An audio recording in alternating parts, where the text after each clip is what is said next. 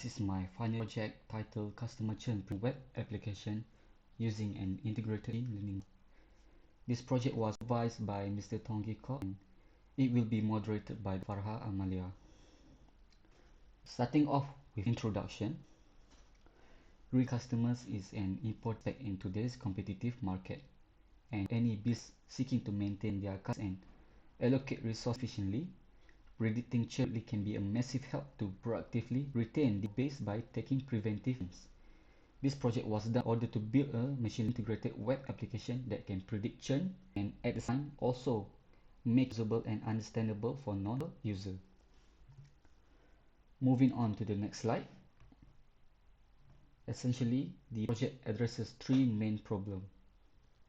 The first one is the class imbalance, where churners are often a small fraction of customers and thus it makes the dataset skewed. The next problem is the overfitting issue, whereby the models may perform well on training data but fail in a real-world use.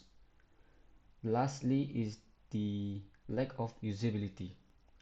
Business users may struggle to understand model outputs as they are presented in a very technical way. Regarding the problem statement, the objective of addressing such problem are: number one is to improve the model prediction capability, especially for the minority churn class by rectifying the class imbalance issue. Secondly is to enhance the generalization ability and also prevent overfitting via regularization and tuning. Lastly is to bridge the gap of usability by making the system interpretable and accessible to business users through an intuitive interface. This next slide is about the system design. The diagram shown is the overall architecture of the system. The back end is built with Flux and Python, hosting the train models and APIs. Meanwhile, the front end is developed using React with role-based routing and JWT authentication. The system is developed to be modular, covering user management, prediction services, and model explanation. Moving on to the next slide, as you can see here, this diagram shows the flow of the ML pipeline, starting with the data pre-processing, which include the initial data inspection, data cleaning, and also feature engineering. Next, the pre-processed dataset is then split into 80-20 ratio, 80% for training and 20% for testing. We then train the base model, logistic regression, and random forest in order to get a baseline performance result. And after that, we apply Edison and Tomic links for resampling. And after that, we then continue to improve the models with hyperparameter tuning. And we further optimize the models by applying threshold to reduce cost and improve recall. Finally, the best models are selected and imported using joblib as they will be integrated into the web application. Now I'll be switching to my poster. Okay, this is my poster. Let's quickly walk through the poster with the abstract, problems, objective, and also the literature review shown in the left section of the poster. In the middle section shows the system design and methodology as I explained before, and on the right is the evaluation result. For instance, the Tomic links with logistic regression achieve a recall of 7%. Threshold tuning help reduce monthly notification losses from 51,100 to 39,150. Links support that combining resampling, model tuning, and integrity tools can create a prediction system that is accurate and practical for real use. The same system also formalized my research paper titled Training Application for Churn Prediction Predictability. Written in e-format, the paper is an 8-page condensed version of my FYP report. It presents a validated approach that effectively balances performance, cost sensitivity, and interpretability in the context of churn prediction for business application. Now let me show you the app. First, let me log into my demo account.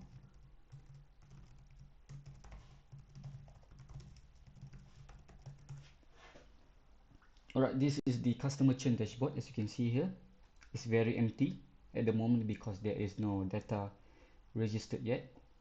So let me fill up the dashboard with mock data quickly using this button.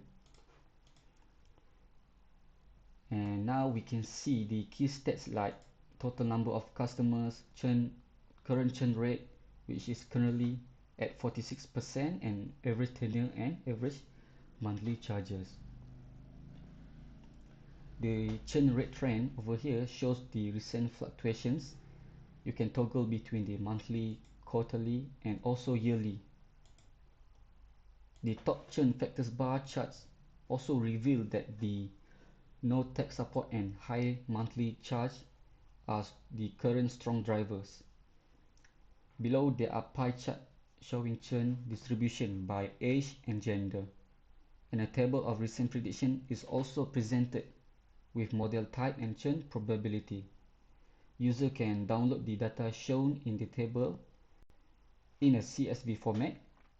And lastly, the bottom section give insightful recommendation for decision makers. Let's go to the next page, which is the churn prediction page.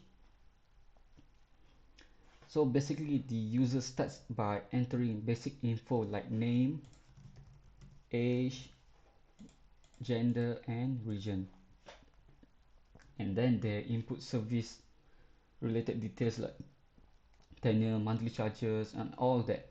So let me adjust some of it. And then user can also choose between logistic regression and random forest depending with their usage. So user can refer to here when to choose. And next, after clicking the prediction risk, the system will then present an output of the prediction and a probability score. So let's wait for the prediction result to come out. Okay, now we have the result, 68% of churn rate, which is medium risk. And we also can see the key churn factors and retention strategies presented. So basically this page is designed to be simple and straightforward, yet it will be effective for business decision making. And lastly, we have the model explanation page.